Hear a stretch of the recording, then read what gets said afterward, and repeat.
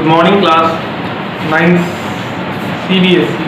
यहाँ पे हम डिस्कस करने जा रहे हैं एक्सरसाइज 8.1 के बारे में, जैसे कि हमने पहले डिस्कस किया था कल। उसके कुछ क्वेश्चंस हमने ना सॉल्व किए थे और हमने बोला था कि हाँ आगे जब तक क्वेश्चन बताए ना जाए उसको आप सॉल्व मत करिए। चलिए क्वेश्चंस पे ही पहले डिस्कस करते हैं। जैसे लिखा हुआ so that each angle of a rectangle is right angle. कह रहे हैं ईच एंगल, एक रेक्टेंगल का सभी angle A B C D, ये क्या है, सीधी सी बात है। सभी जो है हम साइड, सभी जो पॉइंट्स के हमने नाम बता दिए। अब कह रहे हैं कि रेक्टेंगल में सभी एंगल 90 डिग्री होते हैं, ये हमें प्रूव करना है। तो प्रूव करने के लिए हमने मान लिया ना कि एक एंगल हमारा 90 डिग्री लिया हुआ है, ठीक है। अब बाकी को हमें प्रूव करना है। अच्छा, एक चीज आपने पढ़ा है कि रेक्टेंगल में जो अपोजिट साइड है वो एक दूसरे के पैरेलल होती हैं, ये तो बताने की आवश्यकता नहीं है। तो जब वो पैरेलल होती हैं तो हमने क्या सुना हुआ है कि लीनियर पेयर जो है उनका सम कितना होता है। लीनियर पेयर एंगल जो है उनका सम 180 डिग्री होता है। अब ये 90 डिग्री दिया हुआ, ठीक है, आपके बुक में बहुत बड़े थ्योरम के थ्रू सब समझाया गया है, उसको आप देख सकते हैं, कोई प्रॉब्लम नहीं, और ऐसे स्टेटमेंट भी आप लिख सकते हैं। बट आपको ये समझाने की कोशिश की जा रही है कि रियली हमें समझना क्या है, कि कैसे उन प्रॉपर्टीज का इस्तेमाल करके हमें अगर कोई चीज प्रूव करने के लिए क्वाड्रिलेटरल्स में दे दिया गया है तो पैरेललोग्राम की उन प्रॉपर्टीज को कैसे इस्तेमाल करना है। तो देखिए, linear angle means angle DAB plus angle ABC equal to 180 degree. DAB क्या है, 90 डिग्री है, plus ABC equal to 180 degree. ABC equal to 180 minus 90 degree, तो कितना हो जाएगा आंसर 90 डिग्री, मतलब ये भी 90 डिग्री है। आपने ये सुना हुआ है कि अगर पैरेललोग्राम है तो अपोजिट एंगल इक्वल होता है, तो इसके अपोजिट एंगल ये भी इक्वल 90 डिग्री, इसके अपोजिट एंगल ये भी एंगल 90 डिग्री। तो आपने प्रूव कर दिया कि एक रेक्टेंगल में जितने भी एंगल होते हैं सभी एंगल कितने डिग्री होते हैं, 90 डिग्री एंगल के होते हैं, 90 डिग्री एंगल होता है। क्लियर, सभी एंगल कितने डिग्री के, 90 डिग्री। क्लियर, चलिए नोट कर लीजिए इसे।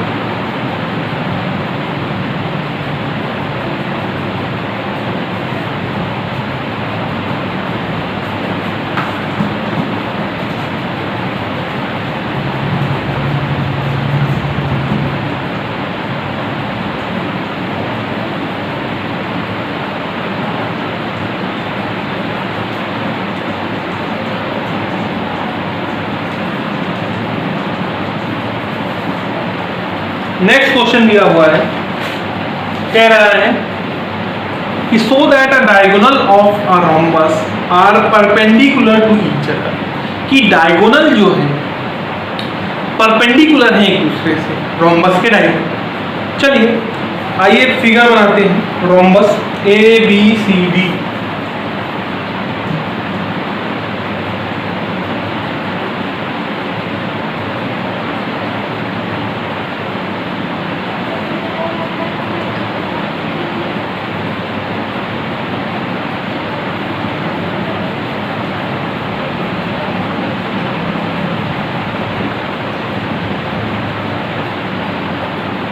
फिगर बन गया। अब हम इसमें ट्रायंगल में कॉन्ग्रुएंसी प्रूव करेंगे, इसमें ट्रायंगल AOD में और ट्रायंगल COD में।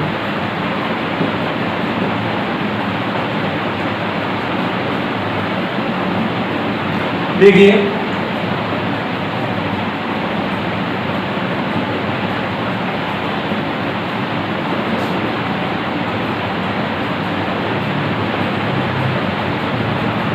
चलिए शुरू करते हैं। फिर ट्रायंगल AOD, AOD, COD, ठीक है। तो AO is equal to OC given है, दिया हुआ है, हाफ को बाइसेक्ट किया है, ठीक है। DO is equal to DO क्या है भाई, कॉमन साइड है।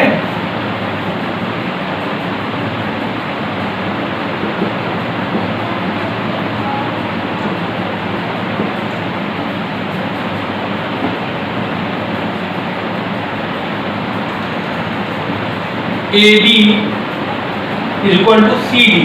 ऐसा क्यों? क्योंकि रोम्बस में जितने भी साइड हैं सभी साइड इक्वल होते हैं, तो सीधी सी बात है ये साइड इस साइड के इक्वल होगा। तो हमने by S and S we have proved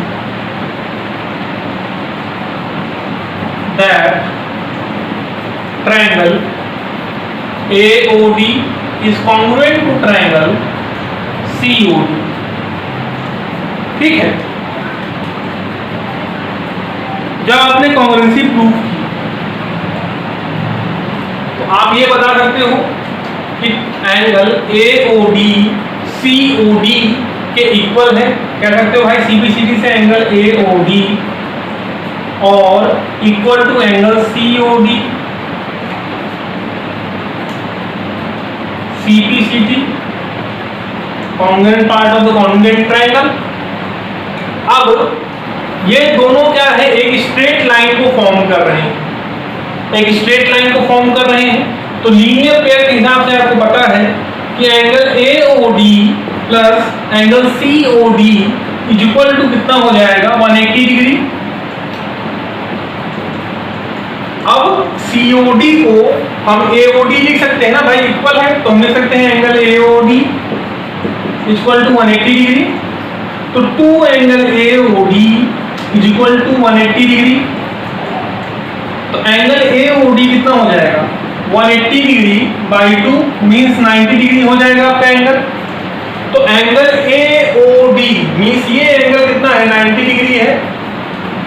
तो ये भी 90 डिग्री हो गया, ये भी 90 डिग्री, क्योंकि भाई हमने यहाँ प्रूफ किया है कि इक्वल है। जब ये 90 है तो ये भी 90 डिग्री हो जाएगा। तो हमने इसी के साथ प्रूव कर दिया कि जो रोम्बस है उसके डायगोनल कहाँ पे कट करते हैं, परपेंडिकुलर कट करते थे। समझ में आया? चलिए अगला देखते हैं।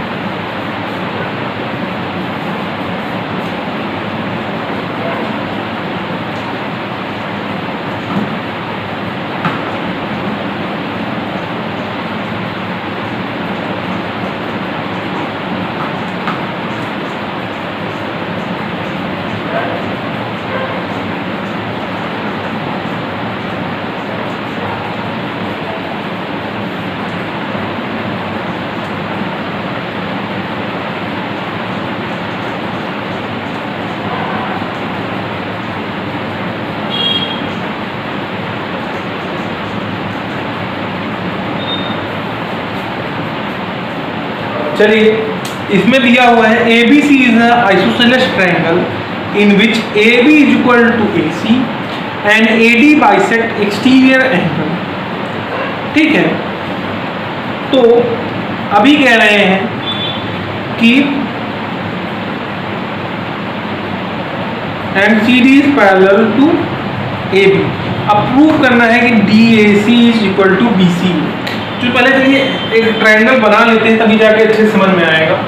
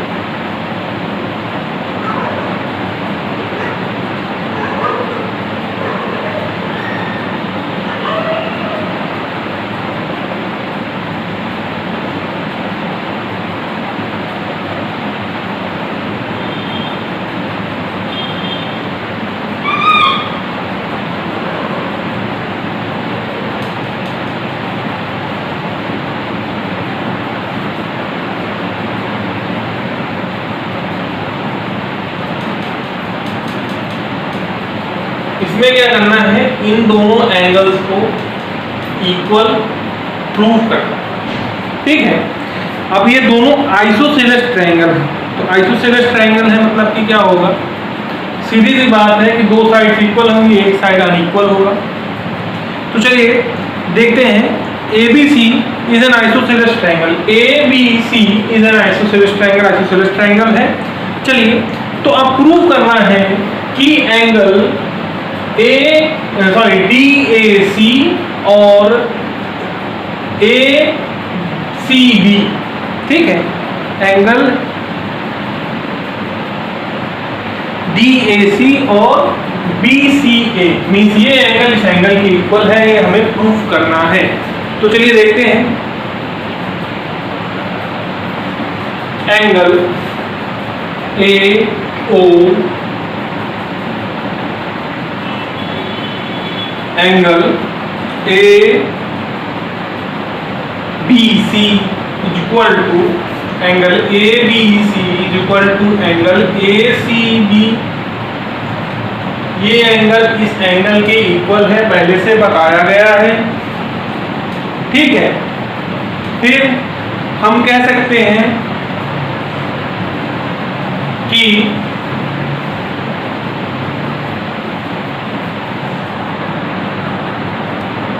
तो इसमें एक छोटी सी मिस्टेक थी, मुझे लग रहा था इसमें फिगर में कुछ ना कुछ मिस्टेक है, क्योंकि फिगर के हिसाब से क्वेश्चन नहीं आ रहा था। चलिए देखते हैं, नए फिगर के हिसाब से बताते हैं आपको।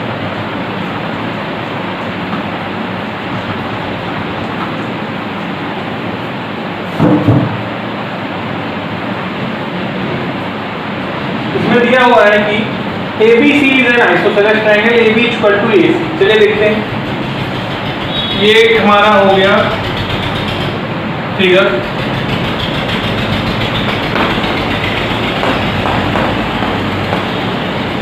इधर बना रहे थे, ये हमारा फिगर हो गया,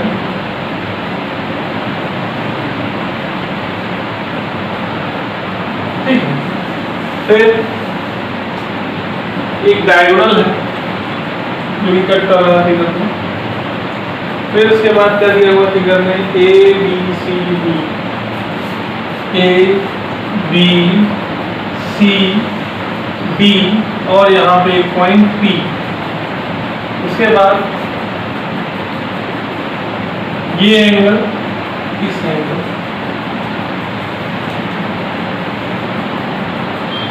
DAC को इक्वल प्रूव करना है BCA, ठीक है। यही एंगल इस एंगल के इक्वल प्रूव करना है। अब बाकी और क्या दिया हुआ है, दिया हुआ है कि ये साइड इस साइड के इक्वल। चलिए अब इस ट्रायंगल को प्रूव कैसे करेंगे, कि कॉन्ग्रुएंट है, कॉन्ग्रुएंसी कैसे प्रूव करेंगे, आइए देखते हैं।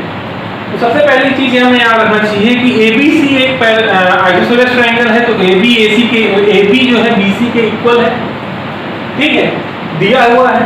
तो हम कह सकते हैं कि angle ABC is equal to angle ACB, angle ABC is equal to angle ACB।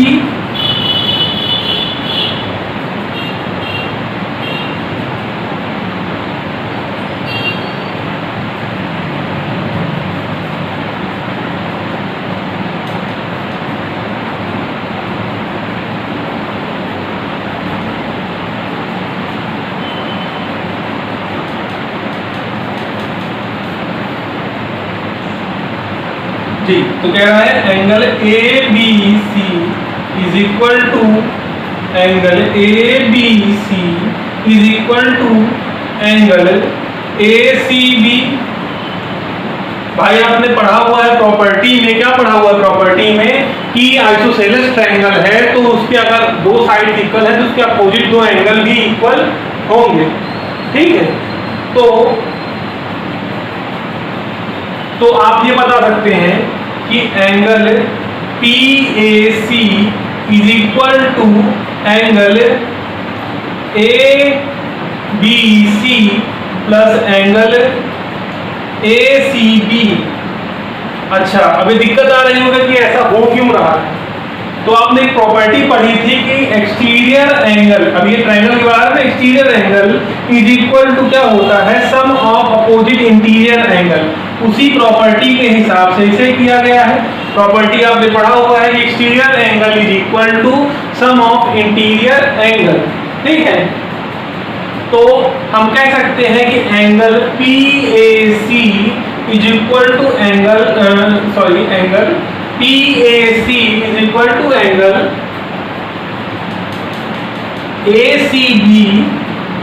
ABC plus angle ABC। क्यों? क्योंकि ACB ABC के इक्वल तो हम लिख सकते हैं। तो angle PAC is equal to 2 of angle ABC।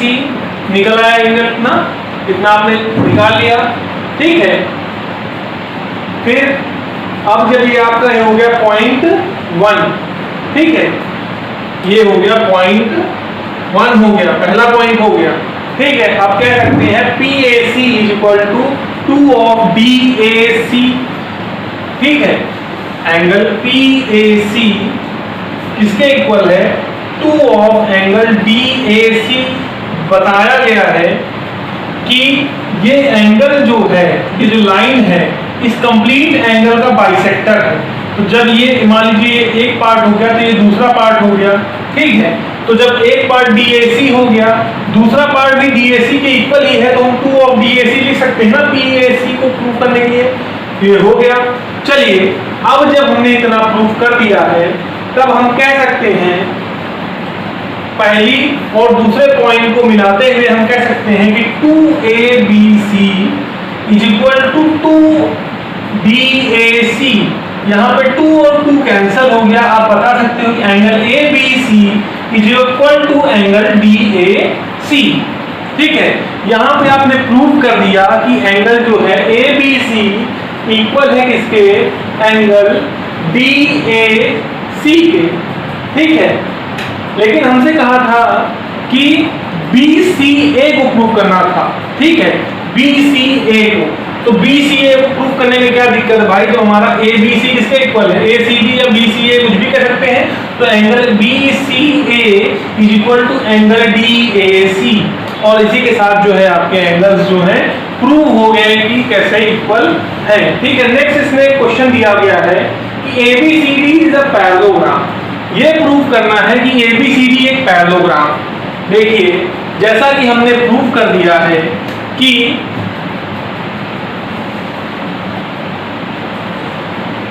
Angle ये इसके इक्वल है, और जब ये बाइसेक्टर है तो सीधी सी बात है, ये एंगल इस एंगल के इक्वल, तो इस कंप्लीट एंगल के इक्वल हो गया, और ये एंगल इस एंगल के हो गया, क्योंकि ये दोनों का सम 180 के इक्वल होगा। लीनियर पेयर है, इसमें भी उन दोनों का 180 सम होगा।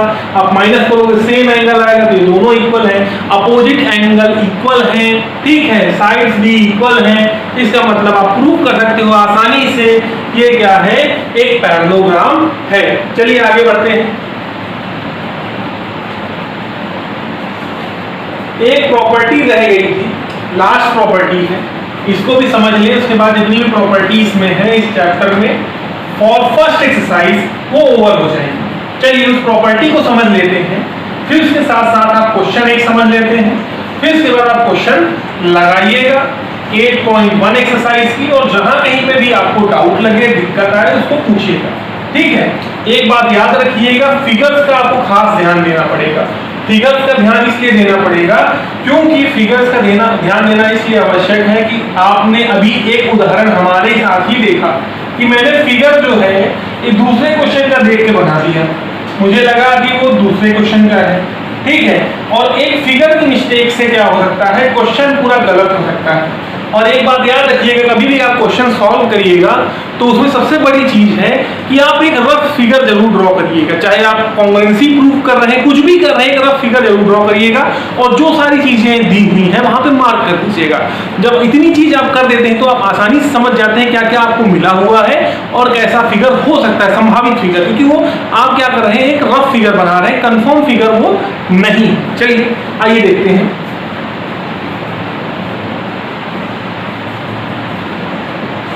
तो थ्योरम दिया हुआ है कि a quadrilateral is a parallelogram if a pair of opposite sides is equal and parallel।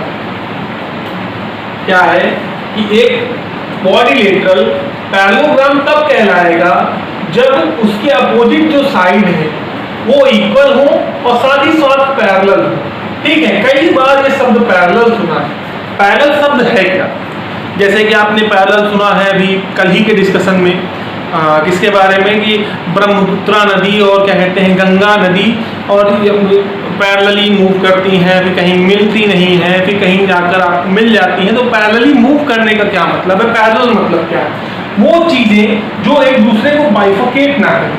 ठीक है, अब इसमें हर जगह पर इक्वी डिस्टेंस है, जो गैप है हमेशा डिस्टेंस सेम है। तो आप चाहे जितना इसको इलॉन्ग करें, कितना भी बढ़ाएं, अगर अर्थ का पूरा चक्कर भी लगा देंगे तब भी ये लाइन एक दूसरे को कट नहीं करेंगी, क्योंकि इनके बीच इनका डिस्टेंस कम होने वाला नहीं है। उसे हम कहते हैं पैरेलल लाइंस। ठीक है, तो अगर वो दो लाइंस जो है अपोजिट लाइंस है वो पैरेलल हैं और वो इक्वल है, तो इसका मतलब क्या है? ये फिगर आपका या क्वाड्रिलेटरल क्या है? आपका पैरेललोग्राम। चलिए क्वेश्चन क्या दिया हुआ है वो जरा देख लेते हैं। कह रहा है कि two parallel lines L and M are intersected by the transversal line P so that the quadrilateral formed by the bisection of interior angles is rectangle। चलिए प्रूफ करते हैं, चलिए जल्दी प्रूफ करते हैं। कहाँ गया डस्टर? जी, मेड इन इंडिया डस्टर, आत्मनिर्भर भारत। चलिए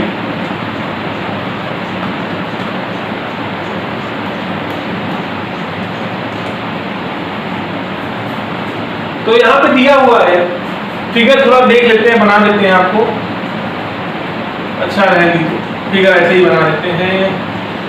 देखिए दो पैरेलल लाइन है, एक एल है और एक एम। एक ट्रांसवर्सल लाइन इनको कट करती है, फिर इसके एंगल बाइसेक्ट करती है,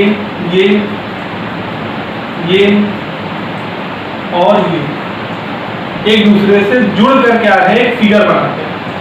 उनका कहना है कि आपको प्रूव करना है कि ये फिगर क्या है? रेक्टेंगल है।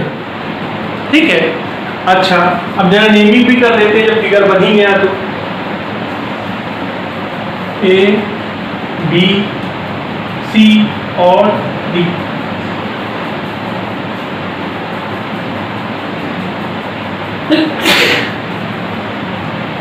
पी आर और क्यू आर। अच्छा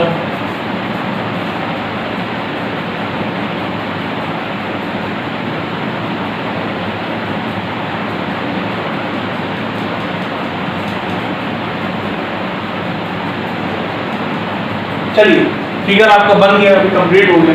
अब हमको प्रूव करना है कि राइट एंगल ट्रायंगल। चलिए तो शुरू करते हैं, कैसे होगा? सीधी सी बात है, एंगल बाइसेक्टर है तो ये एंगल इस एंगल के इक्वल होगा, ये एंगल इस एंगल के इक्वल होगा।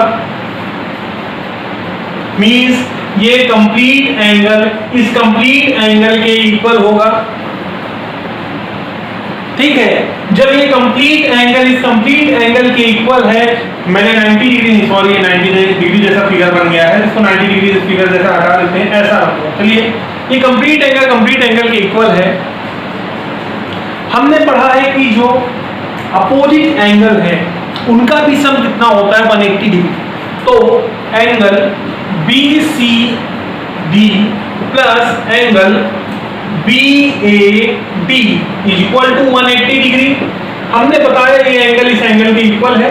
चलिए 2 of BAD is equal to 180 degree और BAD is equal to 180 by 2 90। ठीक है, अब ये 90 हो गया, ये भी 90 हो गया। हमें बताया कि ये फिगर एक पैरेललोग्राम है, तो जब ये 90 है तो इसका अपोजिट ये भी 90 होगा, और ये 90 है तो इसका अपोजिट ये भी 90 होगा। सभी एंगल 90 डिग्री है, अपोजिट साइड्स इक्वल है और पैरेलल है। इसका मतलब 100% श्योर आप कह सकते हैं विद द फैक्ट कि ये जो फिगर है वो क्या है? Right angle triangle. 8.1 एक्सरसाइज आप सॉल्व करिएगा। नेक्स्ट एक्सरसाइज है 8.2। उसी के साथ हमारा जो हाफ ईयरली का पोर्शन है, हाफ ईयरली तक का सफर है मैथ से रिलेटेड, वो समाप्त हो जाएगा। फिर उसके बाद हम रिविजन्स करेंगे, रिविजन्स प्रैक्टिस करेंगे किसके, जो प्रीवियस चैप्टर 5 चैप्टर पढ़ाए गए थे लास्टली, और साथ ही साथ आपके जो डाउट्स होंगे वो भी बताए जाएंगे। ओके।